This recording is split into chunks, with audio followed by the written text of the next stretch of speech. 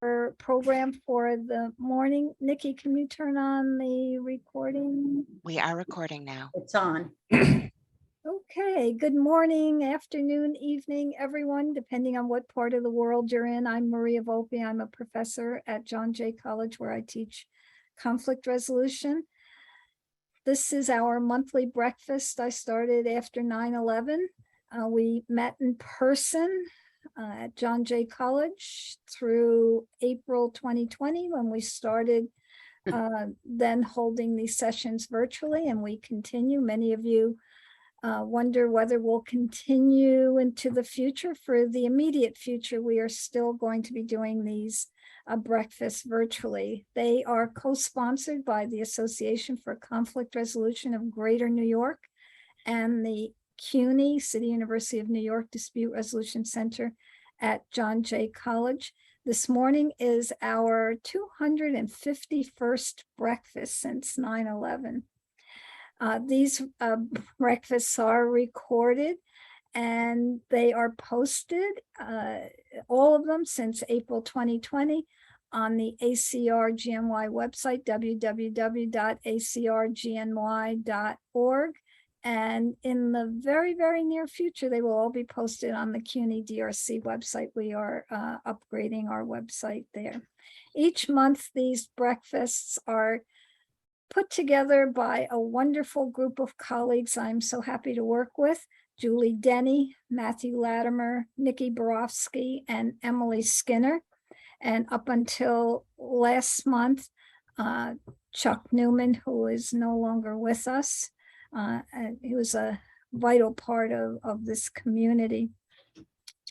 Today, we are so delighted to have with us Tim Hicks, and I'm going to turn it over to Julie to introduce him. Thank you so much, Tim, for joining us here, and we'll really look forward to having you here with us this morning and hearing your presentation. Julie? Thanks, Maria. Tim Hicks, as a conflict management professional, a mediator, a facilitator, a trainer, a coach, a consultant in public and private areas. He led a master's program in conflict resolution at the University of Oregon. He's currently in private practice and also functions as an adjunct professor at Endicott College, teaching conflict resolution. Before all of this conflict resolution business, Tim and his wife started and ran 2 other businesses. He's also a co-author and author of several books and articles and essays, including one called Embodied Conflict: The Neural Basis of Conflict and Communication. And that's an appropriate segue to Tim's presentation. But before I turn it over to Tim, let me ask you all if you have any questions or comments during Tim's presentation, put them in the chat and we'll bring them up when appropriate, or you can use the hand raise, the audio, the digital hand raise to indicate that you have a question. Tim, take it away. Hey, thanks, Julie, and thanks, Maria. And yeah, as Julie said, at any time during our time together, it won't be an interruption. If you have a question or want to make a comment while I'm talking, I value the interaction. So don't save them till the end if you want during our time, anytime. Yeah. So I don't know. It may be a symptom of the fact that I'm up at 5 in the morning, but I'm feeling a little sensitive, a little sad about the level of conflict in the world. It's always there. We're always dealing with it. It's in our work, but sometimes it feels harder than at other times, and certainly the news these days is not helpful, and the news for the last 2 years has been hard. And what I want to talk with you about today is one way of trying to understand why why our conflict behaviors are as they are, why people get so inflamed is a word we use around disagreements. And what is it about disagreements and differences that's so hard for us? Why, we speak of inflamed passions, we speak of being hot-headed, we speak of people fuming, going ballistic. So and if I could, can I share my screen, Julian? Want to make me a co-host? I just want to share one thing with you, just to. Yeah, Maria, did you? Yeah, I'm trying to, hold on. And by the way, while you're looking for that, I'm not going to be looking at the chat. It's too. No. So we'll take care of it. If I don't respond to something in the chat, it's not because I'm ignoring you. It's just I'm not seeing it. Just give me 1 minute here. Yeah. While Maria's doing that, I want to share with you one thing to illustrate the common understanding that we have in working with conflict, how important it is to understand the source of a conflict. And this little thing I'll show you, which is a way of thinking about things that I received from Maura Duggan. Some of you may know her. She was an early teacher of mine, actually, and she came up with this kind of topology to understand a possible source of conflict. Or another example is Moore's triangle. That people need relational satisfaction, they need procedural satisfaction, as well as substantive satisfaction. So if you're working with an organization, the CEO may make a decision that's the right decision. It resolves a substantive problem. But if the process for arriving at that solution wasn't satisfactory, staff are still going to be unhappy, right? So that's one way of understanding the source of a conflict. Is the problem procedural? Is it relational? Or is it really substantive? So let me share this. Okay. There you go. Yeah, you can see the system structure. Yeah. So I use this in, I would say, I'm going to guess 75% of my cases, whether it's a divorce case or an organizational case, or I'm dealing with a family business, or certainly in any kind of public conflict.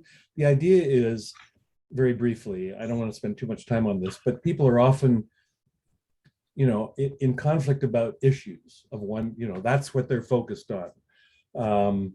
But if the problem is at the relational level, then until they deal with that, the issues are not going to be, they're going to keep on coming up. They're not going to be resolved, right? So in a marriage, if the partners are not talking with respect and care and exhibiting that, they're not going to resolve the issues they have around how they discipline the kids or how they spend money or whatever. But if the problem is actually at the structural level, that's going to have impact on the relational, then you need to try and deal with it at this level. So in a business, if there are poor job descriptions or overlapping job descriptions, or the business is either very successful or it's struggling, those are structural issues that are going to affect the relationship.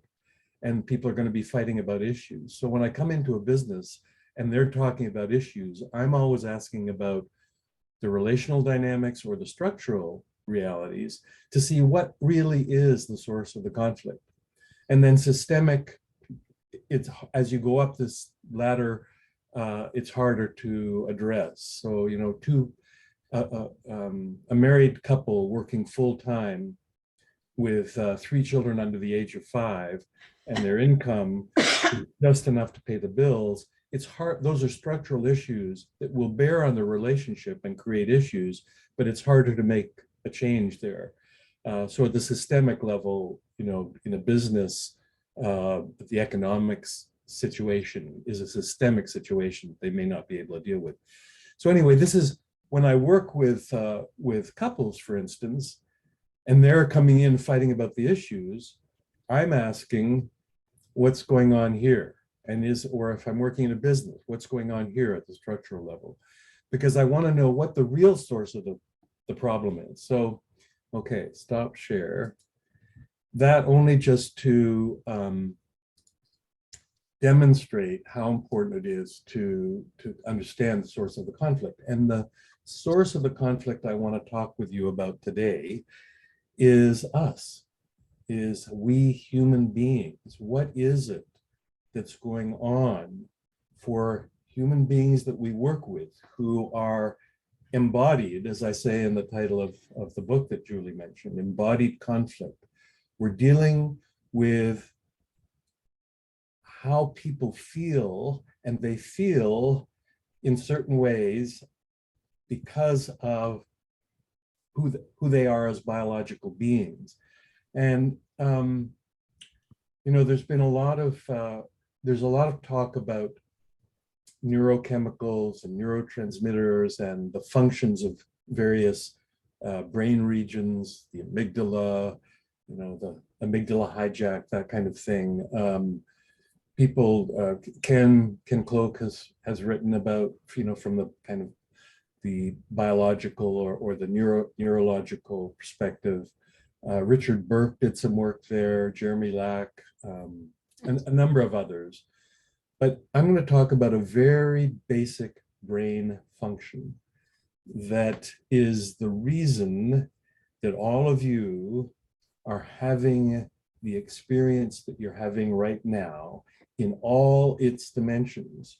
The fact that you can understand what I'm saying, the fact that you have the beliefs that you have, your understandings, your sense of who you are, the very basic brain function of encoding perceptual experience in neural structures. This is the basis of learning. It's the basis of memory.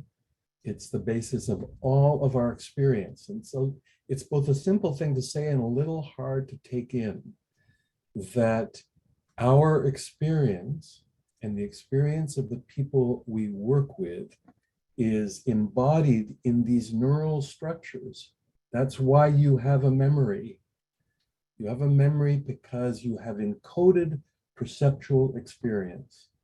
And there are certain characteristics of that neural function, that very fundamental neural function. And we don't have to be neuroscientists to understand this. In fact, neuroscience at this point in our inquiry and our exploration, we don't really understand how it works. But we do know that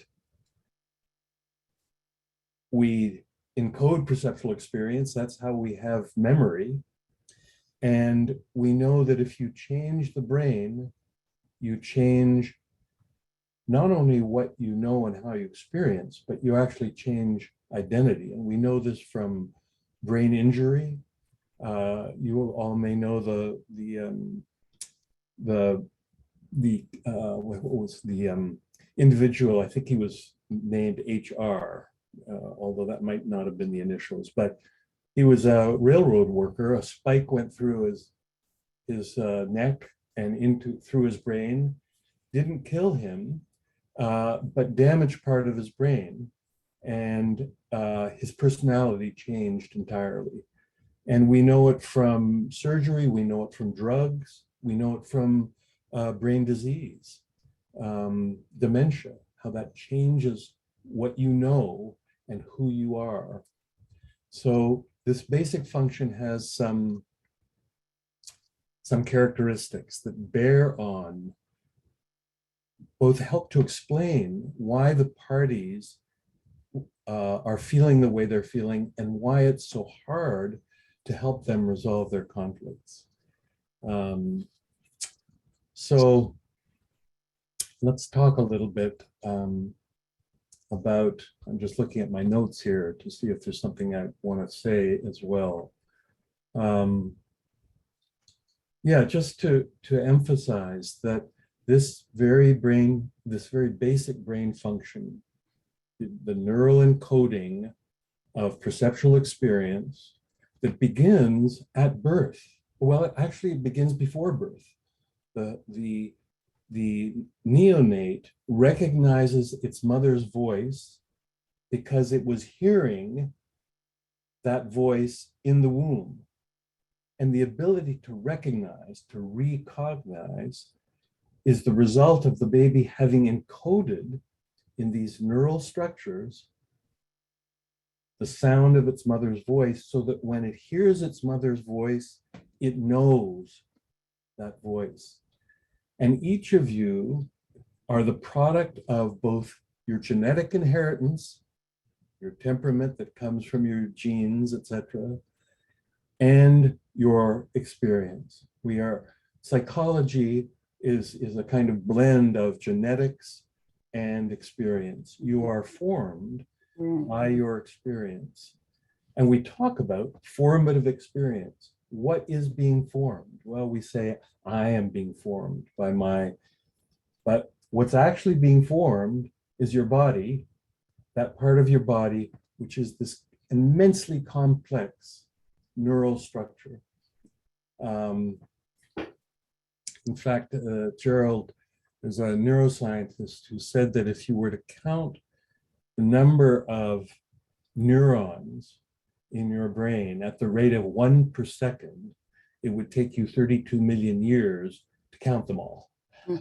This organ is very complex, and it's what we're dealing with when we work with people. We meet each other as neural beings. Right now, we are engaging with each other as neural beings, and I'll speak more about the characteristics that help to explain how we communicate, why communication is so difficult, why understandings and misunderstandings happen. So let's see.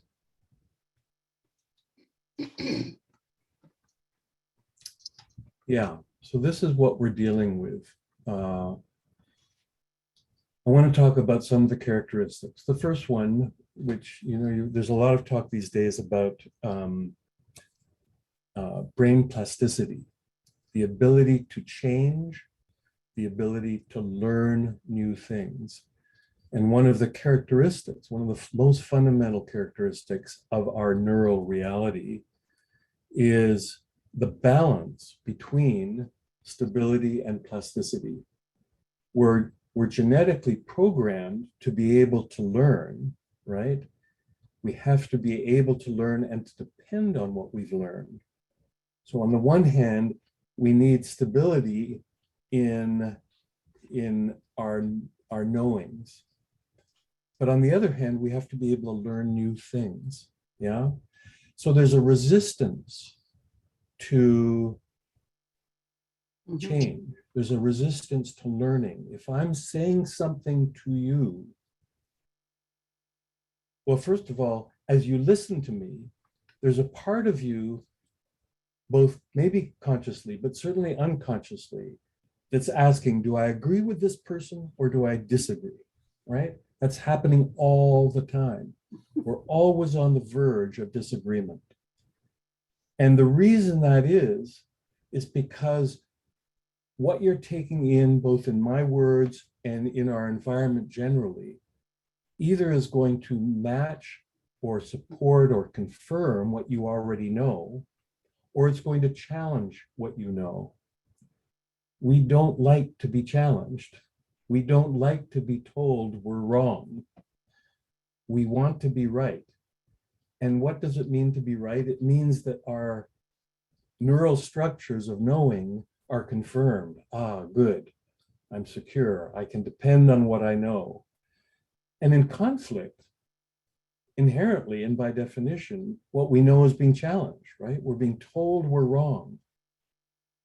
And it's a neural, you can feel it viscerally. Think about the last time you were in conflict with somebody.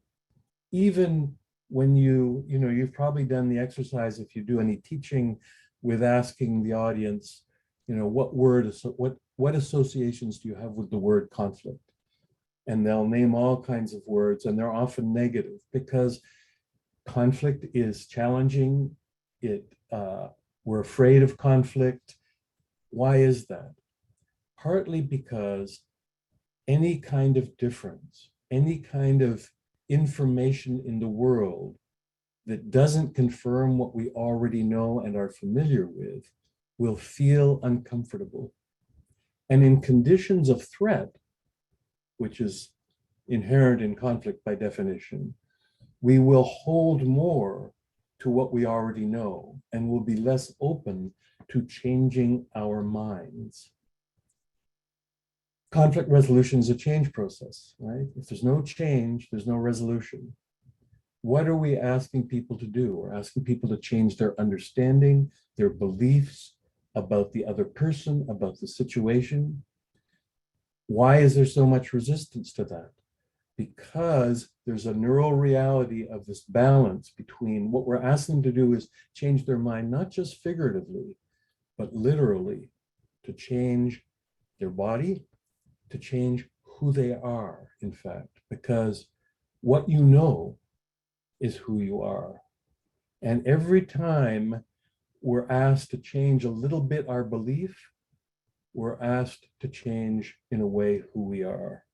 And the more critical the issue at hand, the more difficult it can be to change. That's why value conflicts are more difficult than, let's say, a conflict over some money, because a value conflict involves a more extensive part of your neural structure. It involves more parts of your body, more parts of your life. So on the one hand, the need for stability. On the other hand, the need to be able to be open to new information. So there's this dynamic tension. There's a balance between receptivity and skepticism. I'm going to be more open or less open to new information or to the information of the other. This is why it's so hard for people to listen to each other. We ask them to actively listen to the other party.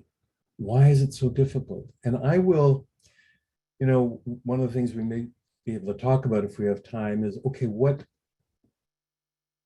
differences might this make in our practice? Understanding the neural basis. What might we do differently in our practice, recognizing this? In a few cases, I've kind of played around with actually speaking explicitly about this neural reality with parties to help them realize why maybe they're being so resistant. And we maybe could talk about that more, but this is what you are seeing, or you're seeing the reflection of this neural reality, the struggle that people are having internally in hearing each other and being open to how the other person sees the world. Yeah.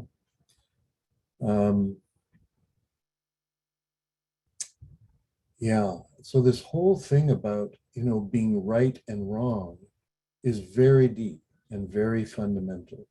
We want to be able to depend on our understanding of the world. And if you ask me, even right now, if any of you were to ask me, wait a minute, no, you got this wrong. I'm going to be that, you can feel how that feels. And if you agree with me, if you nod affirmatively, I like you more because you are confirming who I am. Tim, Yes. there's someone Maura, who wants you to share more about how the interaction resulted when you spoke about this with the parties. Yeah, it's been, there's been a range, and I try and be sensitive to what I feel the parties are open to hearing, but mostly the reaction has been, oh, wow, okay, yeah, that makes sense. Oh, so there's a bit of receptivity. And I think, my own sense is that, going back to what Maria said before we started about our responsibility in community, I have a feeling of obligation that I don't fulfill as well as I would like to, that we educate the public more about what we know about conflict and conflict resolution. All of us have benefited, I would imagine, from what we learned when we did our initial mediation trainings, right? I know that I remember one of my daughters said when she was about 10 years old and I was about 2 years into the field, and she said, "Pops, I'm really glad you got into this conflict resolution stuff. You're a much better dad now." So I think we have both an opportunity and obligation that we don't fulfill as well as we could to share all of the information, whether it's, getting to yes, which did do a lot for the general public, but there's so much more to do to help people understand why they're behaving and how they're behaving in response to differences and disagreements. In-group, out-group behavior, I remember when I first learned about what's called social identity theory, which hadn't been mentioned in my early mediation trainings, it opened up a whole realm of understanding that then helped me work with organizations. Now, when I work with an organization, I'm going to bring in-group, out-group. I'll work with a group and I'll divide them. I'll ask them to self-select, are you a looker or a leaper, or a spender or a saver? And then I'll separate the two groups into the spenders and the savers, and I'll ask them 3 questions. One is, what words would you use to describe your own group? The second question, what words would you use to describe the other group? And then the third question, what words would you use, what words do you think the other group would use to describe your group? And you get very positive associations about their own group, negative, and there's always lots of laughter or joking around, but it illustrates to them the reality of in-group, out-group behavior. So yeah, in answer to the question, usually receptivity, but you have to do it, obviously, as with any of our inputs, our behaviors as mediators, as conflict, working with conflict, we have to be sensitive to where the parties are, what we think in a moment will be useful. So that one, stability plasticity, is kind of a fundamental characteristic of what people are experiencing. Another one is the need for consistency and coherence. Each of us has a coherent narrative of who we are, of the world. Everything that we believe and understand has to fit into our narrative structure, into the neural structure that comprises our experience. So any new information has to fit into that structure somehow or another. When we're asking somebody to change, they have to adjust their understanding of the world and themselves to allow that new information to fit, so they can understand it. And we use examples of that with the Necker cube, where you can look at it one way or another, or the Rubin vase that looks like a vase or people, or the old woman, young woman. We can't hold 2 points of view at the same time. We have to look at it one way or the other. And that's what people are involved in when they're in conflict and we're working with them to try and resolve a conflict. It's like, there's the split visual field experiment that's done, where they put a barrier between the two eyes, and they provide 2 different visual images to the individual. And what happens when your visual field is split that way, and there are two images that you're seeing, you won't see both. You will flip back and forth between one or the other. Yeah. It's an example of how we can only see the world one way or the other. Now we have the ability to move back and forth, to consider the other point of view and reflect. But as you know, when you're working with people deeply embedded in conflict, there can be a deep unwillingness to see the world in a different way, because if I'm asked to see how somebody who deeply feels that abortion should not be permitted, if I'm asked to really understand that when I feel that freedom of choice is so critically important, it's very hard for me to see the world as they see it. Yeah. Mm. But I might be able to, and that's again what we're dealing with, and it relates to the stability plasticity reality, that we're asking people to shift their understanding. And it's the very simple point I'm trying to make is that it's neurally based, it's embodied. And recognizing my practice there's more compassion and there's more understanding when you realize what people are going through and why they're behaving in the way they are. Yeah. Understanding this sorts of conflict can help us at least be more compassionate and more understanding, and might even lead us to practice in a slightly different way to take into account the fact that people are dealing with a neural reality, so to speak. So this consistency, coherence characteristic also means that that concepts of logical or rational thinking divorced from emotional content and even survival motives are mistaken, are incorrect. That there's, mediation can tend to be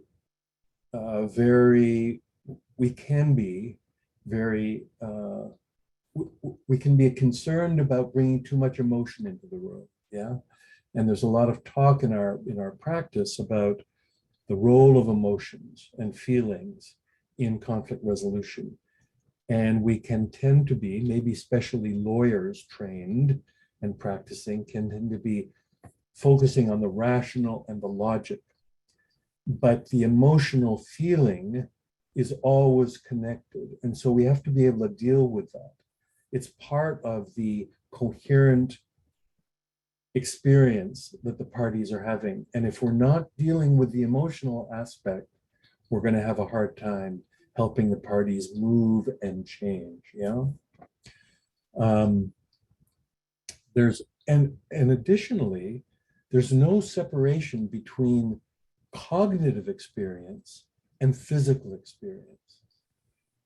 Recognizing that we're not just dealing with ideas and understandings and beliefs that are somehow ephemeral. People are feeling viscerally in their body. Mm. Yeah? Yeah. And you can feel it yourself. And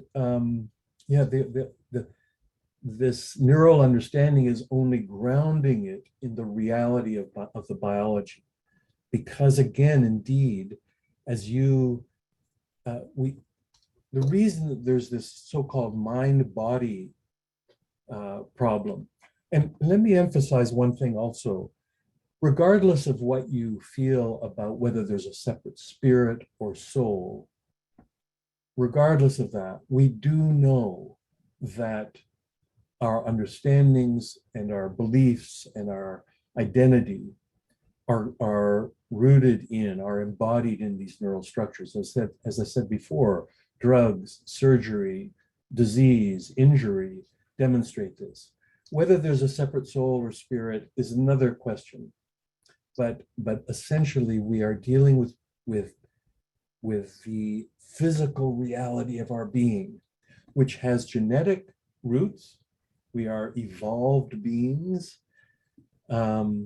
If one believes in, Darwinian evolution, which not everybody does, and that can be an example of, if you have if you try and sit with somebody who, if you're a believer in Darwinian evolution and you're talking with somebody who doesn't believe in that, then you're faced again with what I'm talking about here. Mhm. Yeah. We have a couple questions Yeah, from the yeah. chat that I'd like to pose to you. Yeah. Karen asks, would you say that the Willer and Feinberg technique of moral reframing works because it makes the information fit into the framework that the people already have? Yes, yes. We have to take into account their framework and help them understand that framework and help them understand the implications of a changed point of view on their understanding of the world. So if there's an impasse, for instance, we can tend to be afraid of an impasse. But when we realize that an impasse is the result of the inability for the individual to fit the new information or the proposed information, the proposed settlement agreement, for instance, into their understanding of the world, then we can begin to help them talk about how it fits and doesn't fit, almost at an identity level. Yeah. So yes, I would agree with that. Yeah. And Was there another question? Yeah, there are go a ahead. couple other questions. I'm gonna, if you have a comment that you'd like to voice on your own, please feel free to unmute yourself or raise your hand. But I'm gonna jump to Courtney's question now about how does being in a perceived or real position of less power than other in conflict impact the capacity to maintain a balance between stability and plasticity? How does trauma, even nonviolent trauma, affect this? Yeah, well, there's two key words in there: power and trauma. Yeah, again, as I said, conflict resolution is a change process, and there has to be willingness to change. And in order for there to be willingness, there has to be safety. And if there's a huge power imbalance, then the safety isn't there, so there'll be less willingness to change.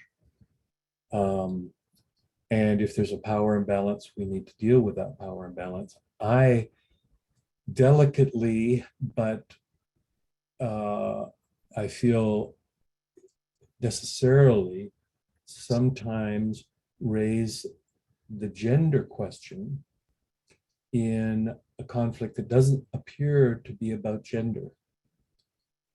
But I'll carefully check in with the parties whether gender is an issue, because of the inherent power issues in our society between men and women, and the power differential, either actual or perceived, the assumptions that a male may have that reflect an assumption of an unspoken assumption of superiority, Right. or control. Yeah. So the power differential is key, and trauma is a huge issue, because if there's trauma, well, to some degree, most conflicts have some trauma involved, depending. I mean, I've got a number of cases right now with families of various sorts, family businesses, but also a case with a mother and her adult daughter. It's a tricky area for us as practitioners, because we are dealing with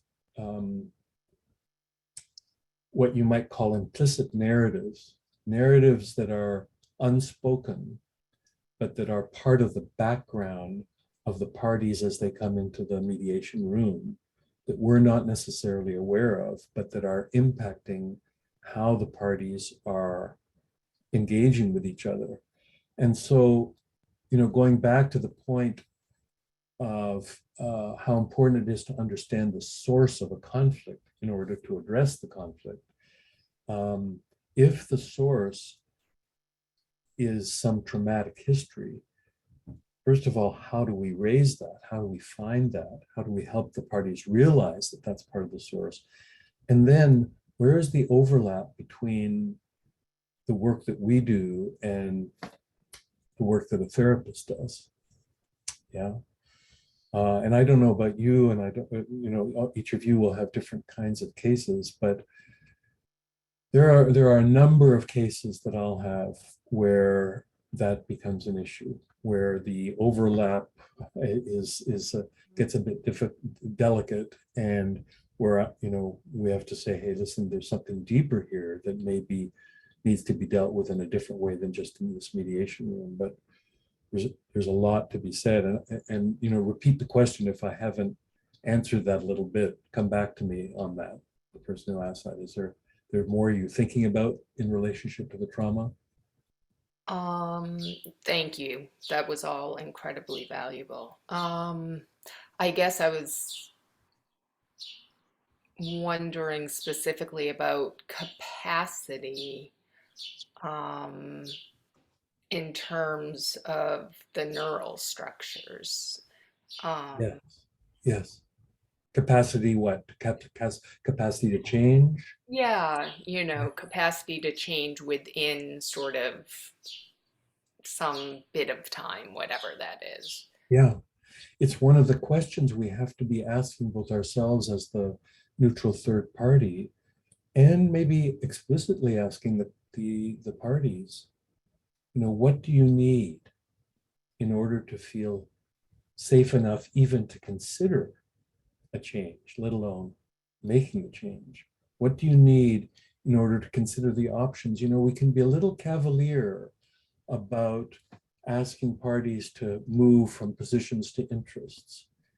We can be a little cavalier about asking parties to shift to option generation, right?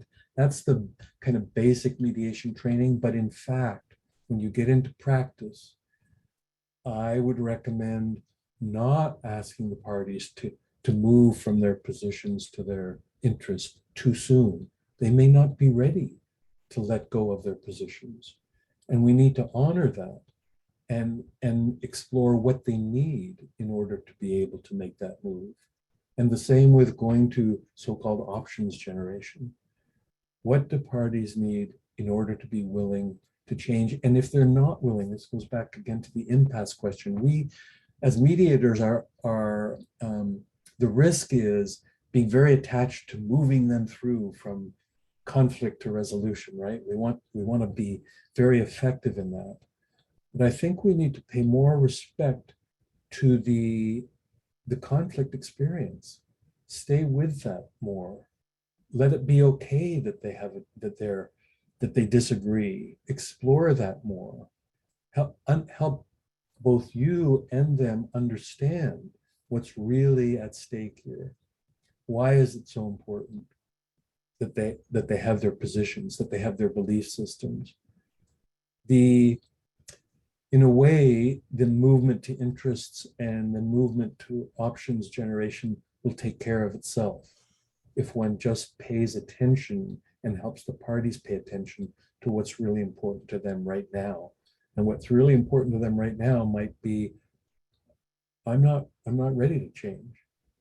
Okay, yeah, that's a reality. Let's talk about that. Yeah, so we don't want to, and that's the danger with going, with when there is trauma involved. Yeah, I remember, and this goes to the word betrayal. What does betrayal do? That can be part of a trauma. I remember a case I had with a divorcing couple. I tell this story quickly. Divorcing couple in which the wife had discovered that, and they had been married for, I think, 20 years or so. Wife discovered that there'd been a long history of infidelity. Not only that, discovered that the husband had surreptitiously misused a bunch of their money without her knowing. And the final kind of icing on the cake, there'd been a story in the family when they first got married, and they had, I think, 3 children.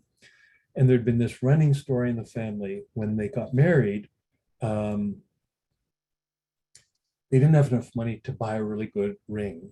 And sometime into the marriage, maybe 10 years into the marriage, the husband said, "Hey, listen, sweetie, we couldn't afford a wonderful wedding ring, but I want to buy you a wonderful wedding ring." And he gave her this ring that he said was worth $20,000. And lo and behold, she discovered during this whole period of breakdown that really it wasn't worth $20,000 at all. It was worth, $1,000. I can't remember. But there was this story in the family of how wonderful the husband was in getting mom this wonderful ring. A myth. These betrayals shattered her neural structures, right? And parties talk. I've got another case right now in which a brother slept with his brother's wife, his sister-in-law. And it's actually been a wonderful case. There's been a lot of healing in an extended family. But the brother-in-law whose wife was slept with, the other brother, used the word shattered. And what is shattered? What's broken in a betrayal? It's neural structures of understanding, right? It's a physical reality. So whenever there's trauma, we have to be, again, very careful about what we're asking the parties to do and not having expectations that they can simply move from one understanding to another. Yeah. I'd like to combine a couple of the questions and comments. Miriam really echoes what you're saying, I think, with you're making her think about the sometimes questions that are asked. Would you rather be right or in a relationship? Would you rather be happy or right? And understanding that might be very dismissive of the deep-seated need to be right. And then Eileen talks about the experience that many of us mediators have seen of watching a participant move towards understanding and then bounce back to the stronger, more comfortable default belief. And then I'd kind of like to cap off those comments with a question about what your observations and opinions are about some of the different roles and approaches to mediation, problem solving versus transformative, that Kaiser asks. And is this a kind of indication where it would be beneficial to learn and employ different models to achieve some practices that get at the underlying neurological realities? Yeah. Great comments at the beginning. And I'm not going to capture it all, but just in relationship to that last point of transformative, the different models of how we approach things. I think that Folger and Bush did a great service in talking about the transformative potential, but I think they did a disservice in, at least as I read their book years ago, in suggesting that if there's not transformation, we have failed, and that our responsibility is to help the parties transform. I would say, and so there was kind of this opposition set up between settlement and transformation, and that if you did just settlement, you were bad, and if you did transformation, you were good. I think we have to be, it's a tricky balance. I think the practice of mediation is full of paradoxes. And one of the paradoxes is, on the one hand, we want to be impartial and neutral and not presume or interpret. But on the other hand, we have to be kind of interpreting what's happening we have to be creating hypotheses in order to intervene in one way or another. So another kind of paradox is, on the one hand, we want to change the world. We want to help the parties be everything they can be. We want, I think, at least I want, speaking personally, I want the parties to leave the mediation room transformed. I want them to grow. I want them to develop. I want them to be better human beings on some level. But on the other hand, I need to let go of all of that. And how do I balance that? How do I bring in to the room the optimism of you can change, you can deal with this conflict, you can be more empathetic, you can be more compassionate, you can be more willing to engage in relationship in a constructive and collaborative way. But on the other hand, not requiring that in my practice, but following them. So yeah, I don't know if that captures. Give me more. It's interesting. I'm feeling a little. It's interesting how I'm having trouble remembering everything that you were saying, and it might be because it's 6:30 in the morning. I'm not sure. But yeah, give me more. Excellent. And if I've misrepresented as I'm kind of amalgamating the questions, please everybody feel free to jump in. Yeah. But I don't want to interrupt your flow too much. So Please continue. I can go on it. Are there other questions? I'll go on then, and let me know if there's more. So we've talked about the stability plasticity balance. We've talked about the need for consistency and coherence. And one of the things that was mentioned was the question of, what happened. We've seen people kind of go towards a settlement and then pull back, yeah, and because it's more comfortable to return to their original belief system, and that connects to the next characteristic, which is, let me speak a little bit about it. That okay, so we have. We understand that learning is the encoding of perceptual experience over time, and that it's the basis of memory. When we remember something, what's happening is that we are activating the previously established neural structures, these webs, these matrices. And again, we don't understand exactly how it works, but we know that's what happens. Somehow, the brain in these very complex, in fact, originally people were talking about just the wiring of neural structures, but recently we've begun to be aware that not only are there the electrochemical connections across synapses that join neurons in these webs of understanding, but that there's also generalized electrical fields in the brain. So there's much more. We hardly understand anything about how it works, but we do know that it works. Okay, so we've got that basis of understanding that there's this encoding process, yeah? When you remember something that you haven't, think right now, bring something to mind that you weren't thinking about 2 seconds ago. Think of something in your childhood, or think of an event that happened last year. Yeah, all of you can bring to mind, maybe remember when you were a brother or a sister and something that happened with your sibling, or remember your parents as they seemed to you when you were 10, or remember your 4th grade teacher, or remember going to camp, or remember when you broke an arm. Any of these memories, which you hadn't been thinking about before, suddenly are brought to consciousness. What's happening then? The word I would use is activation. You're activating these neural structures are activated so that you can experience them. That's what we call a memory.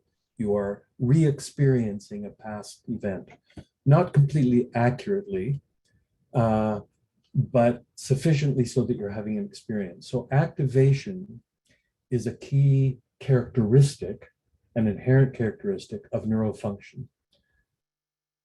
This means, or this helps us understand that some of the some of the behaviors that are happening in the mediation room. We know that parties get activated by each other. Just the perceiving the other party, if there's big conflict, can activate a whole set of associations. When we see somebody who's different, when an individual from one culture sees somebody from another culture who looks and dresses very differently, that's going to activate something. It might be positive, it might be negative, but it's going to activate understandings. I think you're probably familiar, or you may be familiar with the research that has shown that moral decision-making is affected when subjects are exposed to a bad smell or a bad taste just prior, right? It's kind of it's a priming effect, and part of what we're doing in mediation is we are activating one thing or another by our presence. So, you know, our demeanor, the tone of our voice, the pace of our speaking, when we speak loudly or more quietly, we're going to be activating something. And the room that they're in, the color of the paint on the walls, the lighting will activate to one degree or another. If we serve warm drinks, the effect of having a warm drink and drinking that will tend to have a positive effect because it activates some comfort circuits. So everything that we do as a third party is activating, priming, and everything that the other party does. And that's why people, there's this, you know, there's a phenomena of spreading activation. I remember a business case with two cousins who they were struggling with their co-management of this business. And they were sitting on opposite sides of a table, and I was working with them. And from one moment to the next, suddenly they were standing up and yelling at each other and pointing and reaching across the table. If there hadn't been a table there, I think they would have come to blows. That spreading activation, which can be related to what might be called PTSD or trauma reactivity. But even the raising of past memories in a conflict situation or particular words can activate associations for the parties that will then manifest in one behavior or another, either a resistance to hearing the other or a desire to bolt from the room. Yeah, you may have all had that experience where one of the parties said, "I'm done, and they stand up and they're about to walk out. Yeah, that's realizing the visceral nature of that activation, but also in you know, even in a less passionate situation, just the activation of different meanings, and we'll talk about meanings in a bit, but what word associations the parties have. So that activation piece is part of one of the characteristics. Another one that's really critical in conflict resolution is, so we know that there's left-right hemispheric specialization, yeah? And we know also that there's front-back, what's called anterior and posterior distinction in the brain. But there's also another dual system in the brain that's really interesting for us in conflict resolution, and that's what's called by some the dorsal and ventral systems. And the dorsal system is, how to say this simply, it's kind of self to world. It's when I'm in touch with myself and my own motives and so for instance, to be, to act, one has to be in touch with oneself, so to speak.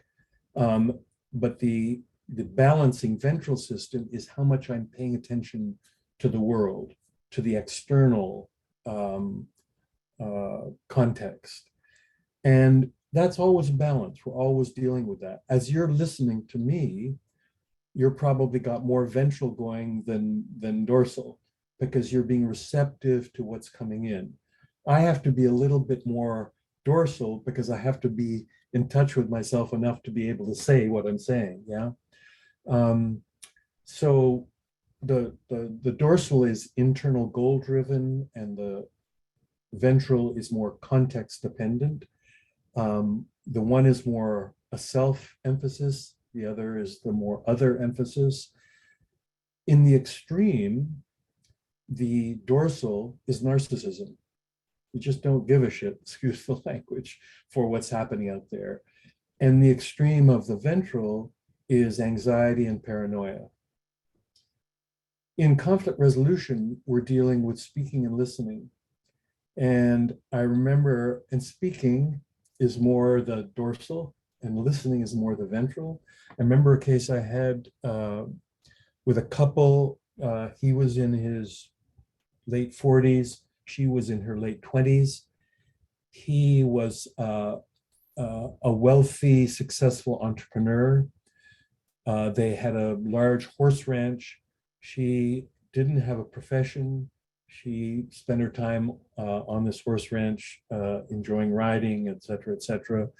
They were divorcing. He had much more experience with and comfort with finances, and she had very little experience with that. And he was, if I may make a judgment, a bit of a narcissist. And she, so in the mediation room, to start with, he did lots of talking and she did very little talking. He was so assertive and so dominant that what was happening was I had this dorsal ventral situation. I didn't know those terms then, but I had to really help her. I had to shift that balance so that she could speak, so she could get in touch with what was important for her. She only thought in terms of what was important to him. That was all that was important.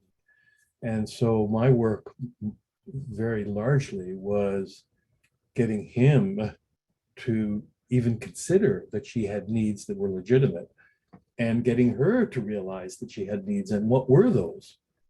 So this balance we're always dealing with in the mediation room, because we're asking people to actively listen.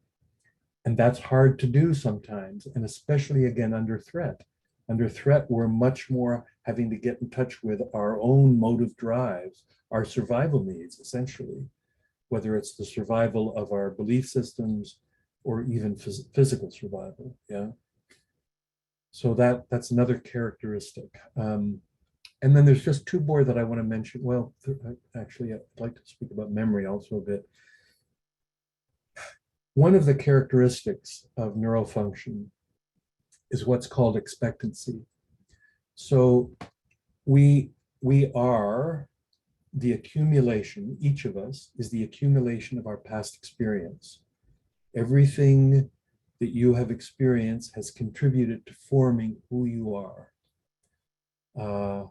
And each of us is different based on that, yeah? We're all human beings, and we share certain understandings. We have what's called theory of mind. We assume that the other person is like us in one way or another. But in fact, each of us is a unique individual based on our genetics and our history. And then we meet each new moment, and each of us are doing this right now, based on that past experience. We have an expectancy of what will happen next. And this relates to the stability plasticity issue.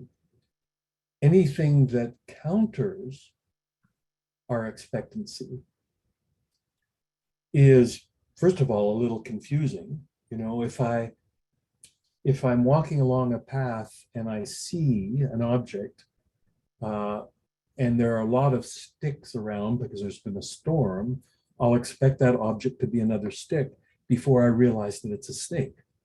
Yeah, I'm not expecting a snake. I'm expecting sticks. So our expectancies shape our perceptions of the present, in fact. Yeah, there's a quote from a man, Fuster wrote a book called The Neuroscience of Freedom and Creativity. And he said, we not only remember what we perceive, but we perceive what we remember. And what he's saying by that is that our expectancies can be so strong that it colors how we see the world. That's a little bit the basis of prejudice and stereotyping. Yeah. We expect, and it's part of the problem with gender imbalance. As a male, I have been taught by my culture, at least by my culture, outside of my conscious awareness, that somehow I'm better than women. I don't believe that myself, but there's some reality in my dealing with women that will reflect that culturally imposed expectancy, right? And so parties come into the mediation room with their expectancies, and it's part of what we have to be helping them be conscious of. So when I bring up the gender issue in a conflict, I had a case just finished recently between a supervisor and a supervisee at a university groundskeeping group. And it was a female supervisor and a male report. And their conflicts were about all kinds of things. When I raised the question of whether there was any gender dynamic to it, that was a hard one for them to consider. And it was risky for me to do that. But if those expectancies are figuring in the conflict, then again, on the basis of the need to understand the source of a conflict, and that we can't really resolve a conflict if we don't know what it's about, if it's about gender, or if it's about any other expectancies that the party have. There are expectancies about what should happen in the world, or what is true about somebody who's other than they, then bringing those to consciousness may help resolve the conflict. Yeah. So that's another characteristic that we're of the neural reality.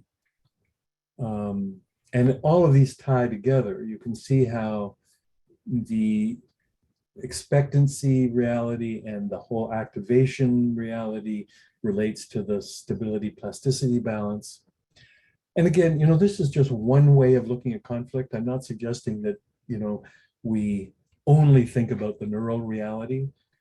It's just another way of understanding what's going on in conflict behavior, and why conflicts happen in the first place, and why they can be so difficult to resolve.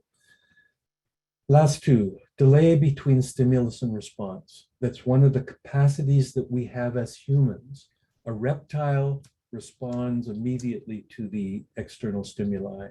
We have the ability to delay our response. But in conflict, the activation, as we talked about before, can happen very quickly. Part of what we're doing in mediation is helping parties delay their response to the stimulus, to be able to breathe, to be able to hear the other without getting triggered. Yeah? We're helping them delay their response. The response is so heightened in the conflict. And again, this is something that you can bring to consciousness bring to understanding in the mediation room, help them understand that the delay between stimulus and response is reduced under conditions of threat, and that they feel threatened. And that's a reality, and it's okay that they feel threatened, to acknowledge that, to respect that, and to help them think about what do they need to feel less threatened, so they can feel more safe to hear the other. Yeah. The delay, the gap between the ability to delay between stimulus and response tends to be reduced in conditions of heightened threat, heightened insecurity, and heightened uncertainty. And in conflict resolution, we're asking parties, when we ask people to move from positions to interests, for instance, we're asking them to move from the certainty of positions, I know I'm right, to the uncertainty of outcome that's involved when we ask them to pay attention to their interests. Whereas positions are a certainty about what the outcome is going to be. Damn it, we're going to resolve this conflict this way. That's going to be the outcome. When we go to interests, we're asking them to be uncertain about what the outcome is going to be. And that's why I say it's so important not to be so cavalier about asking people to move that way, because that uncertainty is hard to tolerate. And so we have to help them feel more comfortable with uncertainty. We have to help them feel more safe. It's okay not to know, given that the urge to know is so strong. Yeah, the urge to be able to depend on what we already know is so strong, particularly in conditions of conflict. So, yeah. Then the last thing I want to talk about is memory. Huge subject. I mean, without memory, we have no identity. Our memory, all our memories are what's involved in who we are. And two people will have a very different memory of the same thing. Right. So how do we help them acknowledge the other's reality, and appreciate the other's reality, so that then they can be able to begin to talk about what they each need. And then there's, both explicit memory and implicit memory. And the implicit memories shape our emotional experiences and our self-image and our understandings in ways that we as mediators might not be aware of, or the parties might not be aware of. So again, we're working with the whole person, but we don't know the whole person. We don't see the whole person. And so the humility that we need to bring into the room to recognize that there's so much more to these individuals than we see. And we are also symptom to the, we are also, what's the word? We're also victims of our own activations. We get activated by the sensory impressions of our perception of the parties. The parties activate in us stereotypes and belief systems about who they are. And they are so much more than what gets activated in us. And changing our memories can be very difficult, because again, we're asking the person to change who they are. And so I say every conflict, to one degree or another, is an identity conflict. And historically in our field, identity conflict term has been used to talk about, Israeli-Palestinian conflict, or religious conflicts, etc. But I think every conflict is an identity conflict, because it's asking people to change, and change is a change in self to one degree or another. So when we ask people to, it's just, again, a very delicate process that we're asking people to engage in when we're trying to help them change their understanding of the past, maybe, or to recognize that there's a different understanding of the past that makes as much sense as their own sense. So we're dealing with memory. Memory is neurally based, and change is not so easy. So I just want to say some things about the implications of all this for instance, communication. Recognizing the neural reality of what's going on in relationship has changed my appreciation for what's going on in communication, the intimacy of communication. My words enter into your body and ask, to one degree or another, that I influence who you are. That's what's going on in communication. And the potential for violence, therefore, is more understandable. We talk about sticks and stones will break my bones, but words will never hurt me. We know how untrue that is, how hurtful words can be for children. As those words go into their body, when we use the wrong words with a child, those words enter into their body and change who they are, shape them, form them, yeah? And that's happening in a conflict situation. So that intimacy, recognizing how profound communication is and how the potential for violence in conflict, verbal violence, is right there.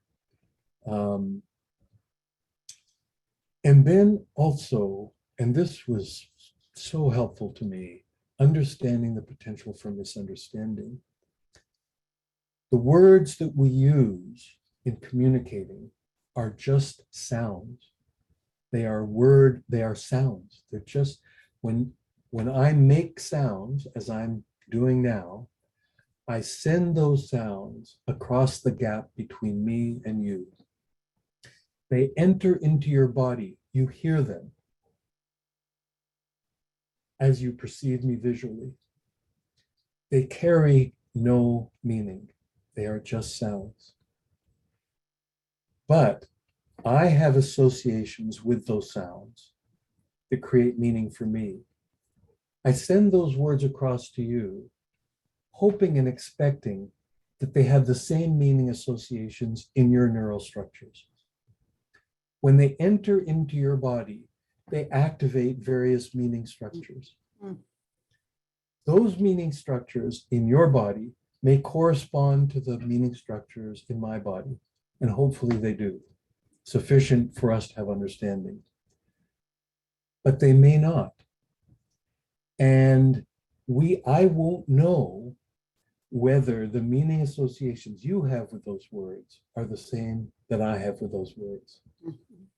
And that's why helping parties say what they mean with their words. So quickly people can speak and we allow them to go over to the next sentence, assuming that both parties understood the same thing.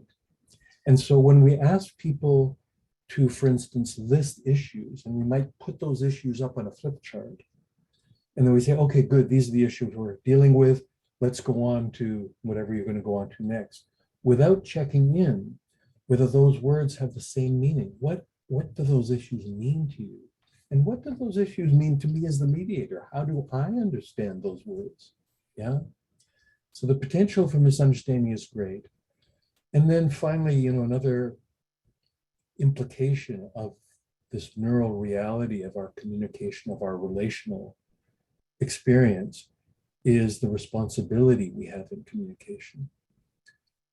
If I can help parties recognize the intimacy of communication, the potential for misunderstanding, the potential for violence, I can help them be more responsible in their communication with each other in the mediation room. And parties can tend to be kind of irresponsible. We can be irresponsible in conflict. When I get inflamed, when I think about the times when I behaved with my children in a way that I wish I hadn't, I was being irresponsible because I was activated. Yeah, I was inflamed. And we're trying to help parties be more responsible in relationship. When we ask them to listen to the other, that's being more responsible. And the last thing I would say about the implication for communication is that there is neurobiological evidence that supports the theory that language production is inhibited in highly stressful circumstances. And the theory is that, way back in our more primitive evolutionary history, it was better to be quiet if there was a threat around. If there was a predator around, don't make noise. Yeah. So when somebody's feeling, and it's related to the flight, fight, freeze response, we're under threat in conflict.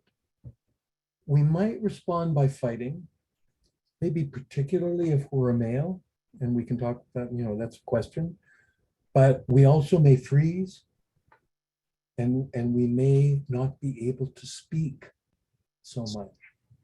And parties we need to help them feel safe enough so they can speak. But there's actual, neurobiological evidence that the conflict inhibits their ability to speak. So even, there's decreased activation of the neural circuits responsible for language production in states of high stress arousal, particularly in individuals experiencing PTSD. Yeah. So being aware of that might help us understand why a party is not engaging very well in the mediation. They might be feeling so stressed that they can't. So we have to help them feel safer if we can. Yeah. And then, all of the perceptual biases, stereotyping, projections, attributions, transference and countertransference. So transference is the situation in which neurally encoded experience of a past figure, maybe a parent, is inappropriately activated in the present and associated with a current individual in ways that might not be and probably aren't apparent, but that can lead to conflict, right? That's what we're doing when I see you, when you see me, associations are activated of one sort or another. And that's what stereotyping is. And we all stereotype all the time. We can't help but do that. Each individual that we see activates certain associations, neural associations. And so also understanding things like, we speak about naive realism, we speak about the fundamental attribution error, where I, assume in our difference that you're crazy and I'm right. We can understand implicit bias.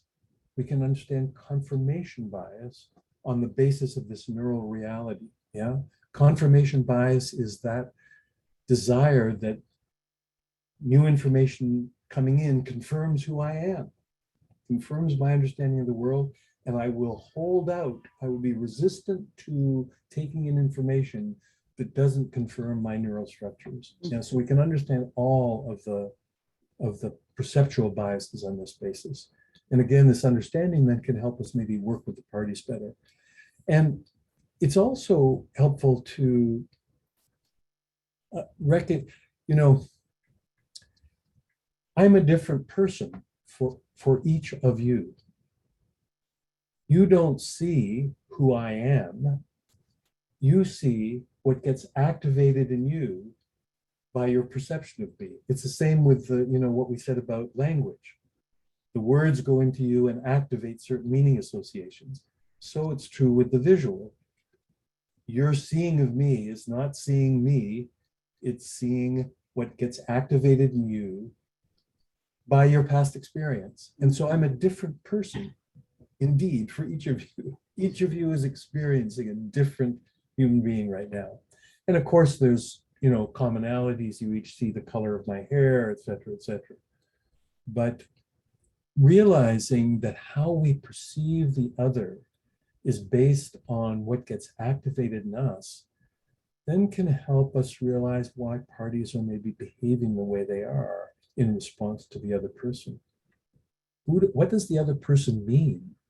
What does each party mean to the, so if we've got, you know, a party represented by an attorney, and they're dealing with another party who maybe isn't represented by attorney or who is represented by attorney, how does somebody see what gets activated in an individual when they see a male attorney who's dressed in a jacket and tie, et cetera, yeah?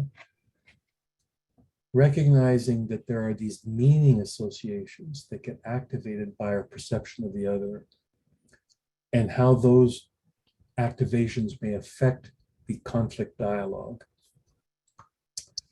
And then lastly, you know, just reminding what I've already talked about, that every conflict is an identity conflict. Self-identity is a kind of meaning. Each of you have a meaning about yourself. And our actions in the world arise out of and have to make sense within the context of our self-identity. So the cost of new learning may be abandoning our old self to a degree. And that's not so easy to do. This is what we're asking people to do. And it's more or less profound depending on the situation, but both recognizing ourselves as mediators, as third parties, that this is what we're asking people to do, and then maybe helping them recognize what change means might help them be more, might help them, first of all, understanding why they're feeling the way they're feeling, why they're feeling scared about changing, why they're feeling scared about accepting a particular settlement, yeah? New learning disrupts existing knowing. We have to sacrifice old assumptions, yeah? So, and to the degree that the new information is personally significant. And again, you know, just recognizing this neural reality can help us at least be more understanding and compassionate about what's happening in the room, and may help us understand what we need to do maybe more. Our interventions might shift according, realizing that our job is maybe a little different than we might have thought it was, yeah? And with that, Tim, it is 10 o'clock. You've been absolutely phenomenal this morning. This has been really terrific. Thank you so much for all of your wisdom, experience, years in the field, making it relevant for us. A whole bunch of questions came up in my own mind. What we always do is turn off the recording at 10 o'clock. Tim has agreed to stay on for about 15 minutes if anyone wants to hang around informally. But at this point, we will end the formal part of this morning's session and turn to the informal part again. Thank you so much again, Tim. This has been such a pleasure having you with us. I'm sorry, I lost track of time. I didn't realize it was, I would have wished It to is 10 be more o'clock time. Eastern time. Yep. It's 7 a.m. your time. Okay, yeah, Okay. Nikki, happy to turning keep off the talking. recording. Okay, the official portion is over now.